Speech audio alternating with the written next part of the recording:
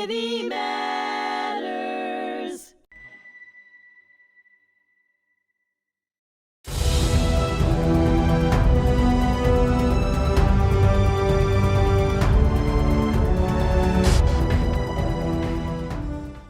Welcome to HMTV. My name is Alan Mindel for Influential Origins, and today I have a phenomenal guest, Anthony Housefather. Anthony, thank you so much for being part of our program today. Oh, thank you for having me, Alan. Anthony, you are a pretty leading figure in Canadian government, but I'd like, because of a little bit of the story I know, tell me about Jewish life in Canada, the history of it. Your family has been there since the 19th century. Most parts of my family came from different places, but got there, at various times over the course of the 19th century, most in the later part of the 19th century. And Jews have been in, what is now Quebec, what used to be New France, since 1760. Because until 1760, Jews were not allowed to live under the French regime. You had to be a Catholic. So Jews that came before 1760 got sent back to France. Wow. But in the rest of Canada, that wouldn't have applied. But wherever the French were in charge, that was the case. And in 1760, the British conquered New France, and there were Jews with the British Army that were part of that conquest. And Jews started moving to Canada from the United States and from Europe. And we've had a Jewish community since 1760. In fact, in 1768, the Spanish and Portuguese synagogue that is in my riding, which is Canada's oldest synagogue, was founded. And what was life like for them in Quebec over that period of time, once it was under British rule? So, I think there are a couple of things. I think that civil rights, meaning the right to hold public office, was only given to Jews in 1832. Mm-hmm. It was the first in all of the British Empire. There was a Jew elected to the House in Lower Canada at the time in 1807, but he wasn't allowed to take office. He wouldn't swear the oath on the true faith of a Christian, and he was elected twice, and both times wasn't allowed to seat. And so in 1832 they reversed that. But other than that type of prohibition, most Jews were well-respected merchants. And relatively prosperous, and they came from, speaking English and were of British origin. So there was like in the United States, right, with the Sephardic Jews, the only anti-Semitism started more with the German Jewish immigration in the late 1840s, mm-hmm. But even then wasn't really very much. You had Jews in the mid of the 19th century who was the police chief of Montreal. Moses Hayes was the police chief. Others started the Montreal Stock Exchange and the Montreal Light, Heat, and Power Corporation. The real anti-Semitism started with the Eastern European immigration in the 1880s. Right. And then until the Second World War, you had that period of anti-Semitism, which was probably the strongest in the 1920s, 30s. Mirroring what was happening here. Very similar. Our immigration system in 1924, there were laws passed in the United States that had set a quota system on immigration. It was similar in Canada. The restrictions in universities on Jewish students was similar. Right. I think the history of Canadian and American Jewry is very, very similar. Yeah. And it's pretty similar today, too, as we'll get to later on. I agree completely. So, but then after the Holocaust, things did change a bit for all of life in Canada, just like in America. Oh, 100%. I mean, after the Holocaust, anti-Semitism went way down in Canada. And, and other than maybe not being allowed to join a prestigious golf club, you would not have had anti-Semitism really that was vocalized or permitted, and that even ebbed away, a couple of, decades later. And I think today's generation is really the first generation that has faced really significant anti-Semitism since the 1930s and 40s. Right. So, of all the sports that Canada is known for, skiing, hockey, what made you decide that you wanted to be a great swimmer of all the things that you could have done? I played all the sports when I was young. My mom, not my dad, my mom, it really put my brother and I in every sport. Right. But why did I become a swimmer? So there's two things. When I was 5 or 6 years old, I had this mysterious ailment with my hip that caused me to limp. And they put me in traction at the Montreal Children's for a week. And then they said the only thing that you would do if you wanted to avoid having operations was to swim every day. Wow. And so we had a neighbor, my across the street neighbor, Madame Meloche, who was a French-Canadian woman. And she had a pool in her house. And I went every day and swam at the pool at Madame Meloche's house. And then we belonged to a summer pool. And my mom, when I was 6, put me on the summer swim team. And I turned out to be good. And then she enrolled me in winter swimming. And by the time that I was 9 or 10, I gave up all other sports and just concentrated on swimming because I was just best at it. And I enjoyed it. And my swim team became my best friends for all of my youth and adolescence, not my high school friends, not my elementary school friends, my swim team friends, because we traveled together to meets and we trained together twice a day. And that became my nucleus of friends. So, and I love swimming. I still love swimming today. And when you were growing up, it was a time, it at least feels like a time of wonder and innocence in Canada. You went to a Hebrew day school. It was a good education. Yep. A good amount of diversity within the Jewish community in the schools as well, correct? Yeah, I started at a public school, and then I changed to Jewish parochial school. And at the time, this school was not a religious school per se. It was a school where pretty much everybody had my background. We had 2 Jewish parents, and but we're secular at home. But our parents wanted us to learn about Jewish traditions and Hebrew language, and and yes, it was like the Wonder Years, except in the 80s and 70s instead of the 60s. Right.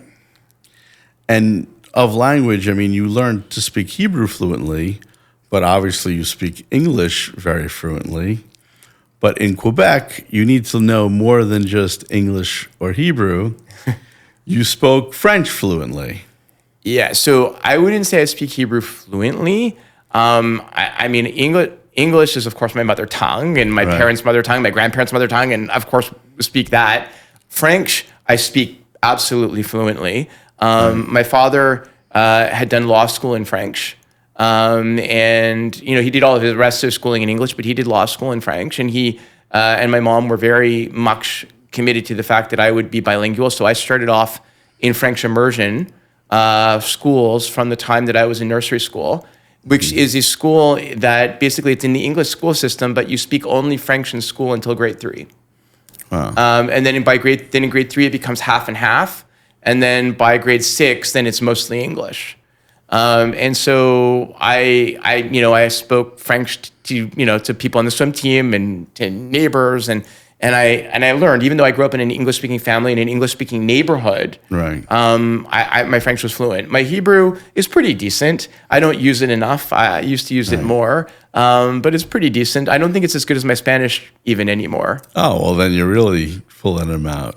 French and Spanish are pretty close, and I've been working pretty hard. I'm 700 straight days on Duolingo in Spanish. Wow. It's a way to distract myself. So every day, before I end the day, I try to do like 15 minutes on Duolingo. To get there through. Yeah. So in this environment, what did your parents do? You mentioned that your dad had gone to law school. What was his profession when you were growing up? Yeah, he practiced law. My dad was what we call in Quebec, but you wouldn't call it here, a notary. A notary, because a notary in Quebec is a lawyer that has a monopoly on certain branches of law, like, for example, doing mortgage agreements. Right. So it's not a notary public like you would know in the United States. It's under the French system. It's a lawyer. Because Quebec, kind of like in America, Louisiana, has civil law. It has civil law instead of canon law. Common law. That's right. Yeah, exactly right. So I went to McGill, so I have both degrees in civil and common law, which and pretty much everybody who goes to McGill, which is the English law school in Quebec, does. Right. But if you go only to a French law school in Quebec, very often you'll graduate only with a civil law degree that only entitles you to practice in Louisiana and Quebec. Right. So having both degrees entitles you to practice anywhere in North America once you pass the bar exam. Right. And so my dad practiced law, and my mom far smarter. Like my dad was very, very book smart. My mom is far more practically smart and a much better business person than my dad. My mom was limited because my dad came from a relatively well-to-do family. Right. My mom did not, and her father would have been relatively prosperous, but he died when my mom was 10, leaving my grandmother to raise like her two daughters alone. And so my mom went to, got her university degree in teaching, and then started teaching when she was like 21. She eventually went back to school and got an MBA and a doctorate in education. But, and my mom, went from teaching at elementary and high school to developing programs for learning disabled and gifted kids at the university level and teaching at university level. And so my mom is still like, she's 83 and she still works, and she's the president of the local women's club. She was the president of the pension plan for retired teachers. Wow. Like she's always doing stuff. So did her getting an MBA be part of what drove you to get an MBA as well? So you've got your 2 law degrees because you've got common law and civil law practice. Yeah. And then you got a degree and an MBA. Yeah, so my MBA, I went back to school. So I started work as an attorney. Right. And I never wanted to practice in a law firm. I always wanted to work in a company. And in my first or second year of practicing law, I had the wonderful chance of being hired by there was a gentleman named Peter Broidy who lived a block away from my parents. Right. And we went to the same tennis club. And he and his brother-in-law had started a company that was called at the time Icon Technology. It later became Icon Networks. It later became Dialogic. It became a public company on NASDAQ. Right. But while I was working there, but at the time, he had a business that was in the $150 million range with no lawyers. And so when I was like 24 or whatever, he said, "Why don't you come work for me?" And I did the hiring process there, and I got hired. And I was there my entire career until I was elected to the House. I became general counsel and chief administrative officer. I loved my work. And so when I started at the company, I realized I needed to learn marketing. I needed to learn project management. I needed to learn operations. I wanted to understand every facet of the business because I wanted to be valuable, not just as a lawyer, because the best lawyers, as you know, Alan, because you're a lawyer too, is not the people who are able to say, I think it should be the law of New York and not the law of California and, opine on the intellectual property nuances of the limited liability clause. It's the people that really understand the business of what's being driven at by the contract and what the business needs to get out of it. Right. I mean, and I wanted to do that. The best advice I ever got from a professor in law school, because when, we were common law educated here, at least in New York, and, we'd always read cases. You'd learn the law by reading the cases. Yeah. And the professor said, you could read the case and think that a guy did a brilliant job in the case. But understand, if you represent a company and you ended up making case law, that's a horrible result. Exactly. That's exactly what you don't want to do. Exactly. The best law is when you practice and no one gets to see anything you ever did because you never went afoul of it, 100%. You do not want to find yourself in court. Yeah. And one of our practices was always, and we rarely ended up in legal disputes, was always to try to put all of our contracts to arbitration under JAMS or the American Arbitration Association rules. Right. But fortunately, we rarely ended up there. And the only, we were very rarely ended up in litigation. We had one major case in the Eastern District of Texas, which is one of the rocket dockets on a patent case, whereas the Canadian company, we were sued for infringement by a U.S. company. And we had a U.S. office in the Eastern District of Texas that gave them a nexus to it. But other than that 1-2 year episode, we rarely were in court. So you're in this technology field as both an attorney and an MBA. You're climbing the corporate ladder. You live in Canada, but you're traveling for work a lot. And then how'd you get from there to be the mayor of Côte Saint-Luc?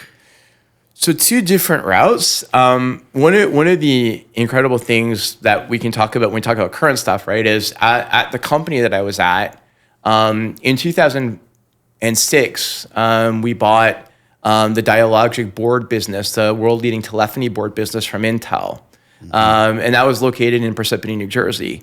Right. And so from 2006 till I was elected, till just before I was elected in 2015, when our head office moved back to Montreal, our head office was in the United States. It was in Parsippany, and then it was in Silicon Valley when we did a reverse triangular merger with a company called Veraz Networks.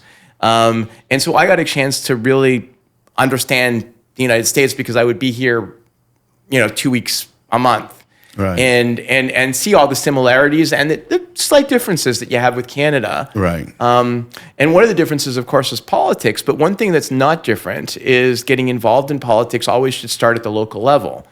Right. So when I was in my early 20s, I ran for council in the town that I lived in at the time, which was called Hampstead. And I was elected to the local town council. And then what happened was all of the cities on the island of Montreal, at the time there were 29 cities on the island of Montreal, because Montreal is an island in the St. Lawrence. Right. And it's not all the city of Montreal. That's the biggest city on the island, but there's 29 different cities, were forcibly merged by the Quebec government into one municipality. They said for economic reasons, but we felt it was more to take the English-speaking minority, which was the majority in a number of those cities, and bury it in the city of Montreal. Because the Quebec separatist government did that. They don't like minorities. They didn't like, the English-speaking community having control over municipal governments. So much so that, what year was it that there was a vote in Quebec to make French the official language? Oh, so French became the official language. Canada has two official languages, English and French. Right. But French became the official language in Quebec in 1974. Right. It was the legislature that did it. It wasn't like a referendum vote.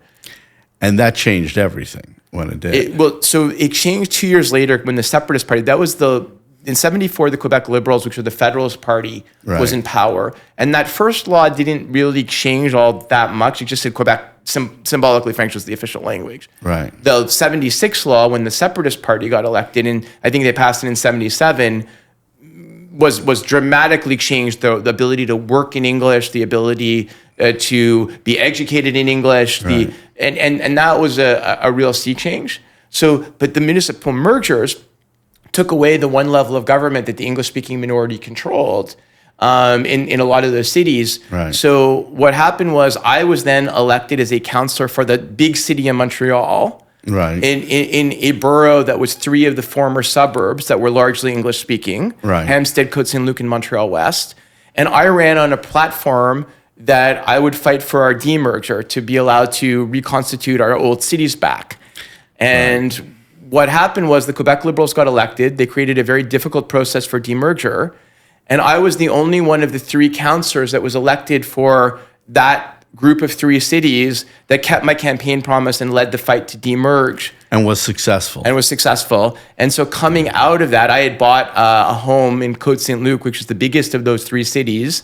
It's about 36,000 people.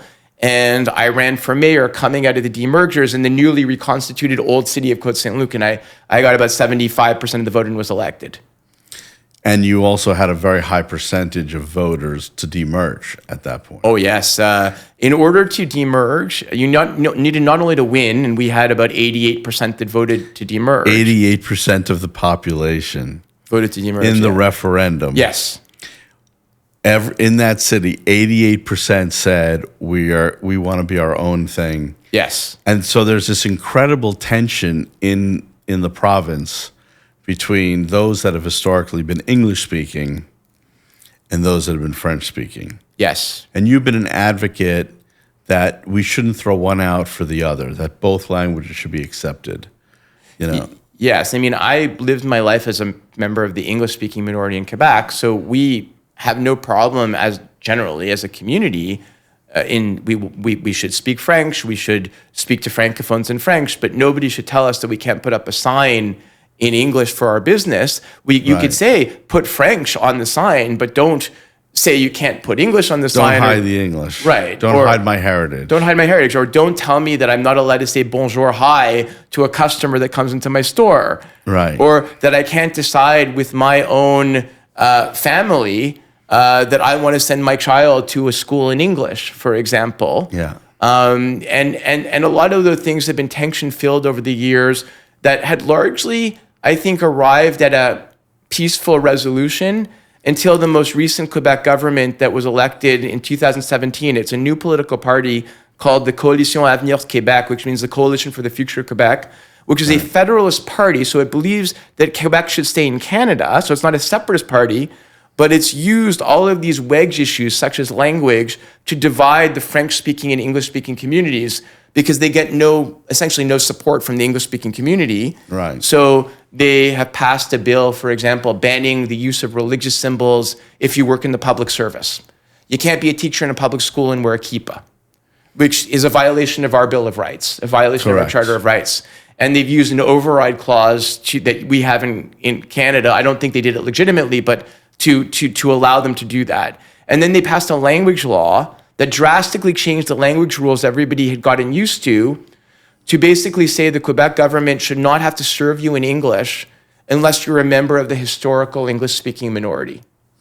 So I would still get served in English, but my Filipino nanny, for example, who comes from another country, she'd have to only speak French to the government of Quebec to be served, even though she comes speaking perfect English, right? And doesn't speak a word of French. The government, after 6 months of her being in Quebec, would only serve her in French. Now, that's not the federal government. That's only the Quebec government. So, like, federally and municipally, that wouldn't be the case. It would only be provincially, like the state government. Right. Because that state province of Quebec, this is the fight. Yes. That has really ruled it for so long in a lot of ways. So the fight, the only thing, what I would say is the major fight for a long time was the separatist federalist fight. Right. It was the English-speaking community and many French-speaking Quebecers wanted to stay in Canada. Right. And there was a group of almost only French-speaking Quebecers that wanted to separate and become their own country. But these are within Canada itself. They just want to create the wedge of making France the prominent language. Yes, but in that debate sort of has simmered down, the separatist debate. Right.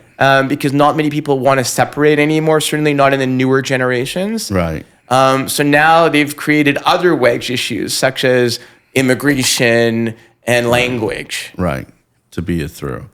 But as mayor, in addition to this issue, which was a seminal thing that was done and historic, you had other accomplishments as mayor, too.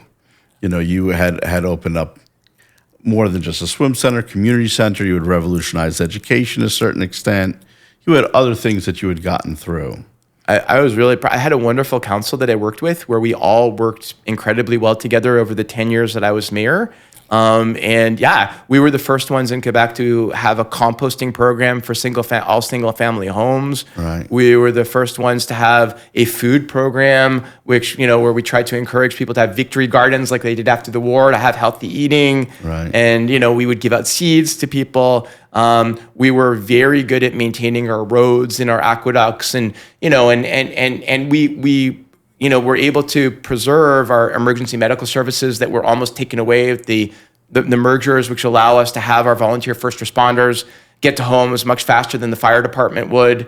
We were able to, we set up volunteer citizens on patrol that enhanced our public safety. We did a lot of stuff, and we built the aquatic center, which, thousands of people use every week. And I feel that municipal government is the most rewarding in a way because you can really impact people's daily lives in a way that at the state and federal level, you don't necessarily make those changes that they deal with every day. Right.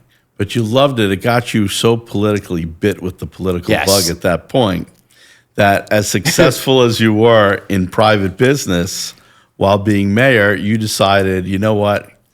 I'm going to run for office federally and be a PM. So an MP. MP, sorry. Yeah, you can call us a representative. It's easier because you have the same language then. Right. So what happened was more, I loved my job at Dialogue. Like I really did. I found it intellectually incredibly challenging and stimulating to be able to be one day negotiating a contract with Belgacom in Belgium, and the next moment to be dealing with a patent case in Texas, the next moment to deal with a labor issue in Malaysia. Right. Like I always found that really interesting, and I love my municipal role. But the House member from my district was retiring, and the district that I am currently in has been with the Liberal Party, which is similar to Democratic Party, the center-left party, since 1940. Right. And so I didn't want somebody who was my age to then be elected, never allowing me, then to serve as a House member in my own district.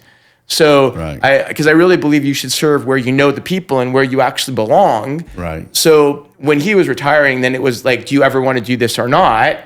And you decided to go for it. And I decided to go for it. And I decided to go for our primary system in my party.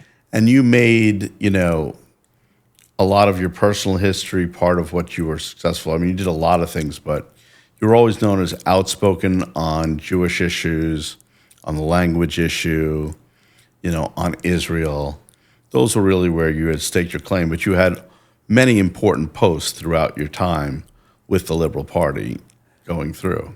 So I've served in a lot of parliamentary committees for sure. I was the chair of the Justice Committee, which is like the Judiciary Committee. Right. I've served on the Ethics Committee. I've served on the committee that deals with labor. I've served on the committee that deals with operations and government affairs, which is sort of our oversight committee. I'm now on the Public Accounts Committee, which is another oversight committee. And I've been parliamentary secretary, which is sort of like the junior cabinet minister, because in Canada, the administrative and legislative branches are intertwined. So in order to serve in cabinet and be in the administrative branch, you have to be a member of the legislature, a member of the House. Right. So I've been in the second tier as parliamentary secretary to labor, public services and procurement, the Treasury Board, and now emergency services and community resilience, which is sort of like FEMA, right? Like these have all been unrelated to the issues that you mentioned. And to be honest, the issues that you mentioned are important for me and very significant fundamental issues for me, but they don't take up much legislative time, those things. Right. So I've had a lot of passions, whether it's, especially on the issues related to justice, Well, we're going to get to all of that. I've enjoyed every moment in the legislature. All right. Well, with that, that will be our first episode. We can talk about what's going on in the world today in just a little bit.